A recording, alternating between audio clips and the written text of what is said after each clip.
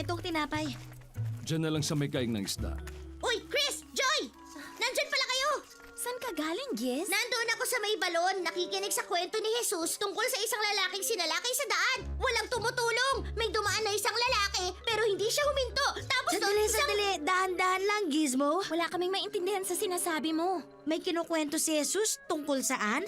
Hay, sumama na lang kayo. Pakinggan niyo si Jesus. Ayoko sa akin magaling. Gizmo, nasa si Jesus? Hindi ko rin alam. Baka umalis na pagkatapos magkwento. Sige na, Giz. Ikaw na magkwento sa amin. Pero sabihin mo ng mabagal. Oo, sige. May isang hudyon. Gizmo! Bakit? Sabihin mo ng maayos o sa susunod mag-isa ka na lang. Pero alam mo, baka wala nang susunod. Sa susunod! Wala nang susunod! Haha! Sige, ayusin ko na. At napakagandang istorya nito. May isang lalaki na naglalakbay mula pa sa Jerusalem papuntang Jericho. Pero may mga tulisan na naghihintay upang magnakaw dahil magnanakaw nga sila. Bigla na lang, sinalakay nilang lalaki. Sabi ni Jesus, naglalakbay ang lalaki nang sinalakay siya ng tulisan.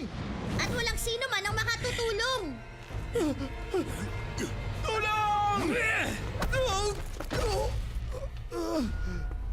Sinaktan ng mga tulisan ng lalaki at pinagnakawan pa siya. Kahit ang damit niya ay kinuha. Nagkataong may dumaan na pare. At iisipin yung tinulungan niya ang lalaki. Pero hindi siya huminto. Hindi niya tinulungan ang kawawang lalaki. Baka natatakot siyang mapagnakawan din. Pero kasi, alam mo yun, sana tumulong siya. Pwede, diba? At hindi pa yun ang malala sa kwento ni Jesus. Yung sumunod na dumaan, hindi rin siya tinulungan.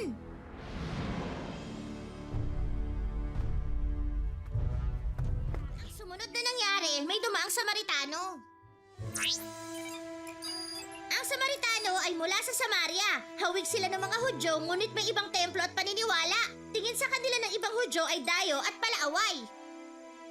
Ay, mas maayos sana kung kay Jesus natin narinig to. Na-record ko yun habang nagkukwento siya.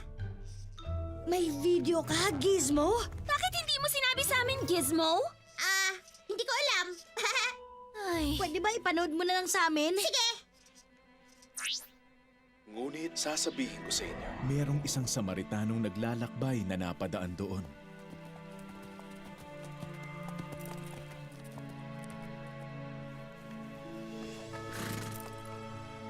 Nakita niya ang biktima at siya'y naawa. Nilapitan niya ito, pinuhusan ng langis at alak ang mga sugat at binendahan. Pagkatapos, ang lalaki isinakay ng Samaritano sa kanyang asno at dinala ito sa bahay panuluyan upang maalagaan doon.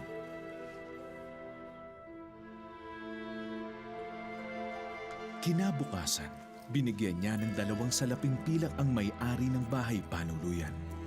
Heto, alagaan mo siya. At kung ano man ang iyong magagastos, ay babayaran ko sa aking pagbabalik.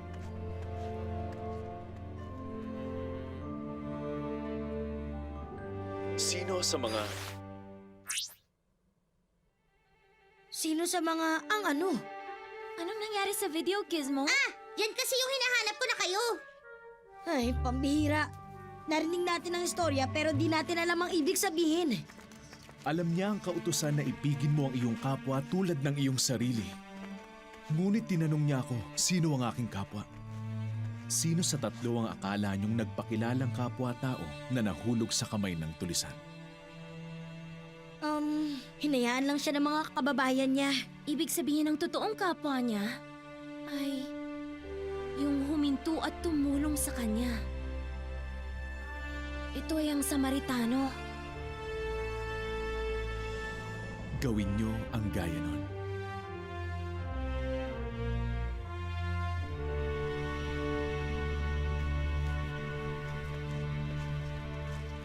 Ang ibig niya bang sabihin ay humanap tayo ng nasaktan at alagaan sila?